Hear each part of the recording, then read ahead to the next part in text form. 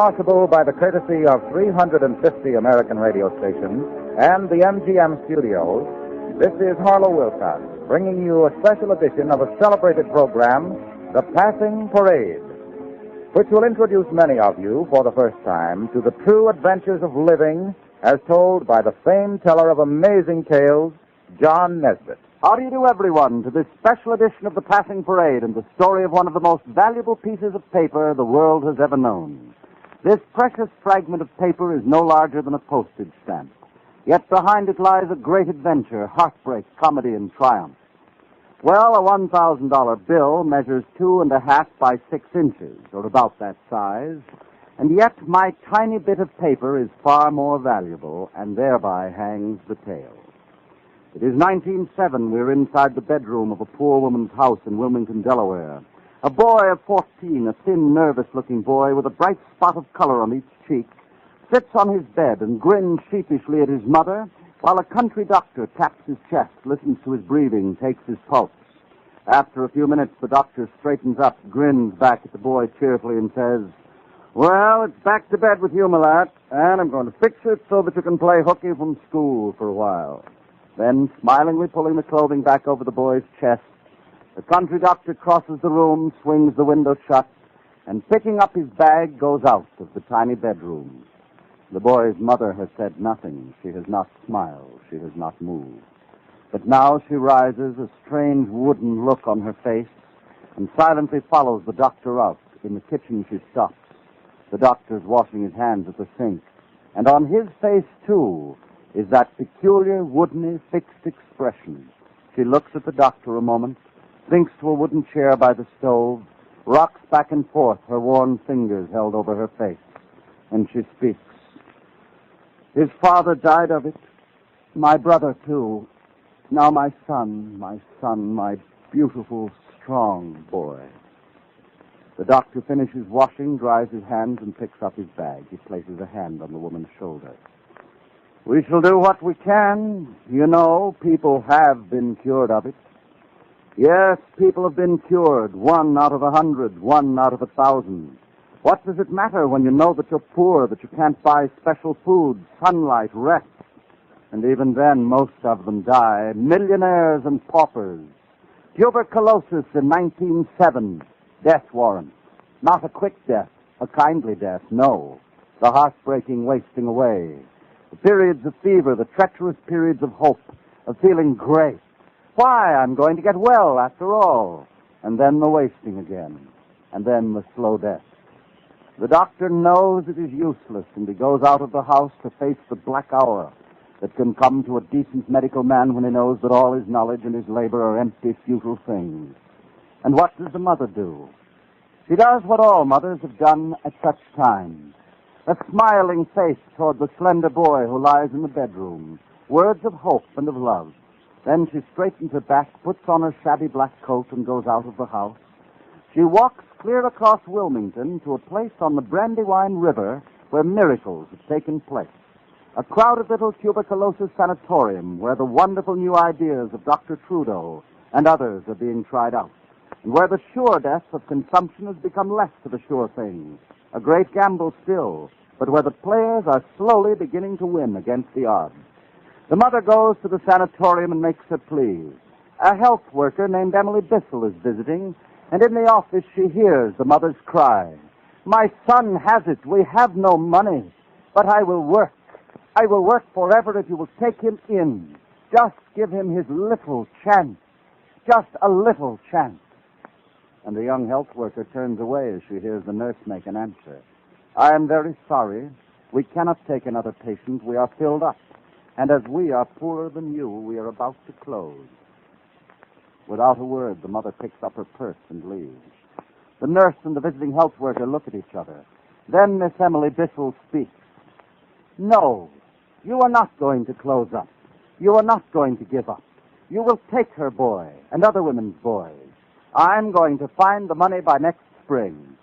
"Miss Bissell, we won't last till spring. We have a month to go. The money is not here. We have to close within a few weeks." "Then," said Miss Bissell, "somehow I'll find the money now, this Christmas." Emily Bissell made the rounds in Delaware. looking for a rich man to give her $300 to keep a humble little tuberculosis sanatorium going. She didn't find the rich man. You see, people don't believe in giving money to hopeless causes in the winter of 1907. TB can't be cured, why waste your money?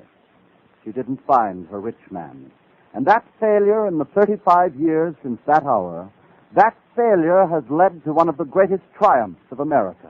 The amazing victory that has made a tiny little rectangle of gummed paper a thing more precious than rubies, that represents the wealth hidden in the American heart. Emily Bissell, in the despair of that money-hunting period, and is there anything so depressing as going around trying to dig money out of people who resent you? Have no faith in what you're trying to do. Well, at any rate, Emily Bissell, at one of the worst moments in this struggle, had brought to her attention an envelope. It was from Denmark. It was a Christmas letter some Danish working girl might have sent to a fellow in America. It had a Denmark postage stamp on it, all right, and Emily Bissell was no stamp collector. But what caught her interest were some other little stamps on the envelope. Were they for extra postage? No. It seemed that in Denmark, people were paying a penny for these little seals, using them on Christmas packages and letters in addition to the postage stamps, and the pennies they paid for them were going to help sick people in Denmark. Emily Bissell knew in that instant that it had happened, that somehow the woman she'd seen turned away would come back with her boy, that the little sanatorium on the Brandywine River wouldn't close that year after all, that maybe every dollar of the $300 she needed would now come from pennies. Pennies from a new kind of Christmas seal. A seal that said, "Merry Christmas, a God rest you merry," or any of the ancient words of love and friendship that at the same time would bring hope to the hopeless, life to the condemned. 2 days later, Emily Bissell was out of printers. Would he make some of these little seals for her? Sure thing, lady. Print them at cost and wait for my money. And later that day at the post office at Wilmington, would they let her put the little Christmas seals on sale in the post office along with the real postage stamp? Sure thing, lady. Bring them right in. By Christmas, you ought to sell $100 worth. Only make it clear to folks that they aren't real postage stamps. All you got for your penny is them little seals that'll help battle the white plague. A week later, though, Emily Bissell learns that sales are not going well. People don't get the idea clearly. The whole thing looks like a first-class failure. And with that, she marches into a newspaper office. "Will you print a little piece in your paper about the Christmas seals?" "Sure, lady, we'll use your story." And a few hours later, the editor of that paper sees the proof. "Say, boys, whoever thought this one up is great. Look at the human interest. For every Christmas letter you mail, every Christmas card, every Christmas present, a penny going to fight tuberculosis. Why, the people will love it. Spread it over the front page. Give editorials to it. It's our Christmas story for 1907. Christmas passing and New Year's. And Emily Bissell in January of 1908, counting up the proceeds from the strange little seals. $300 clear for the sanatorium and $2,700 more. Americans had bought 10 times what she had asked for. And the rest of the story, of course, you know. Christmas seals have become as much a part of the American Christmas as turkey and cranberry sauce. The rich people and the poor people and the middling people are all buying them. By the millions, we gladly take the sheets of 100 seals each year. A few people buy them by the thousands, but most of us put $1 or $2 down and use the seals to place on letters and packages. There are some interesting things about the Christmas seals, however, that perhaps you didn't know. In 1907, when the idea began, almost 200 people out of each 100,000 population died of tuberculosis. Today, 3 people are cured, where then 4 people died. And the idea that the health worker used to save that little sanatorium now brings not $300 in each Christmas or $3,000, but a great fortune to be used in stamping out tuberculosis forever. Another interesting fact is that in spite of all the sacrifices that have been put upon us recently, the Christmas seal sale will probably be greater than ever now, for in the American heart it's a part of Christmas. The big gift going to someone you know or love, but on each package or letter, the tiny 1 penny gift, which you make to someone you will never see. but whom nonetheless you may aid in bringing the gift of life itself. All this, more than 2,000 local associations affiliated with the National Tuberculosis Association, a public educated in the war of destruction of a disease once thought beyond all cure, sweeping through our country since a health worker looked at an envelope from Denmark and saw some odd little bits of paper pasted to it and gave the idea to the new world.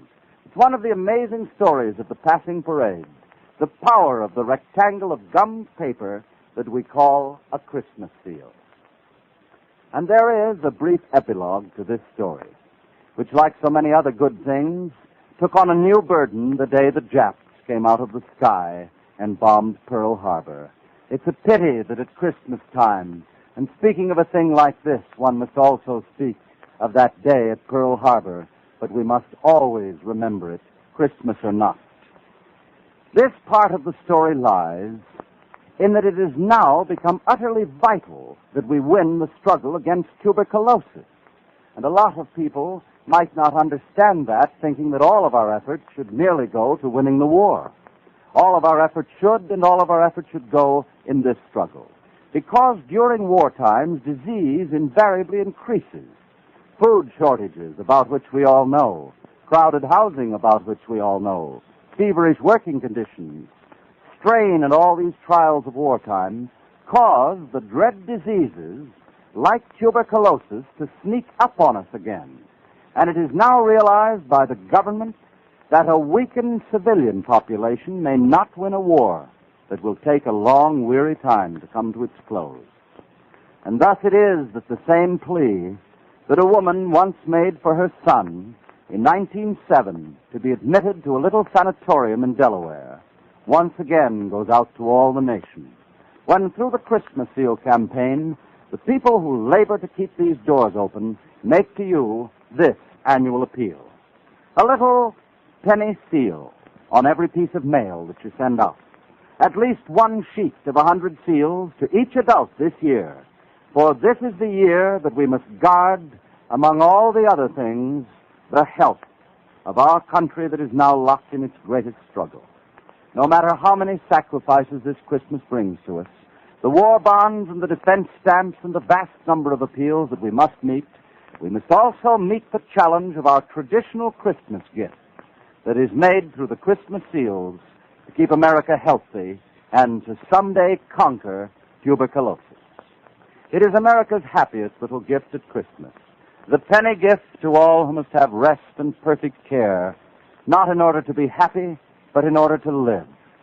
The little gift that prevents others from getting tuberculosis, which is why the Christmas seal is really the most precious bit of paper of its size. For after all, it represents the wealth of America's heart.